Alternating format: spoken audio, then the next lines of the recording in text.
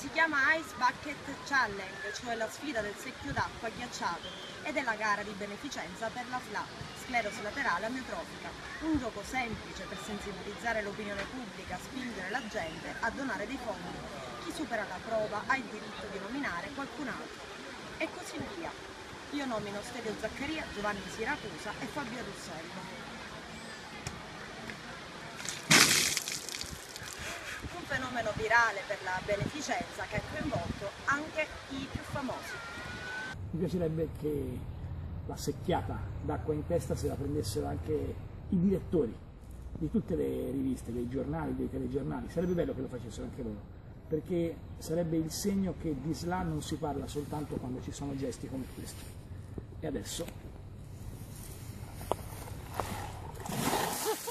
Siete pronti? Sì. Io mi metto così. 3, 2, 1, vai!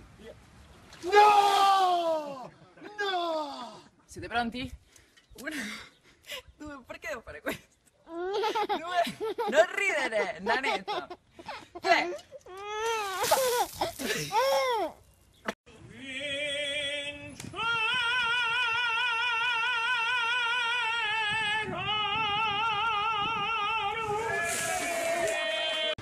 Sensibili all'iniziativa anche gli agrigentini.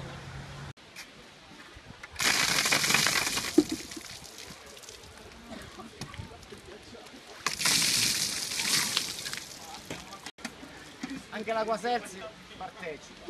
Signori, per la ricerca contro la SLA vi faccio un bel gavettone.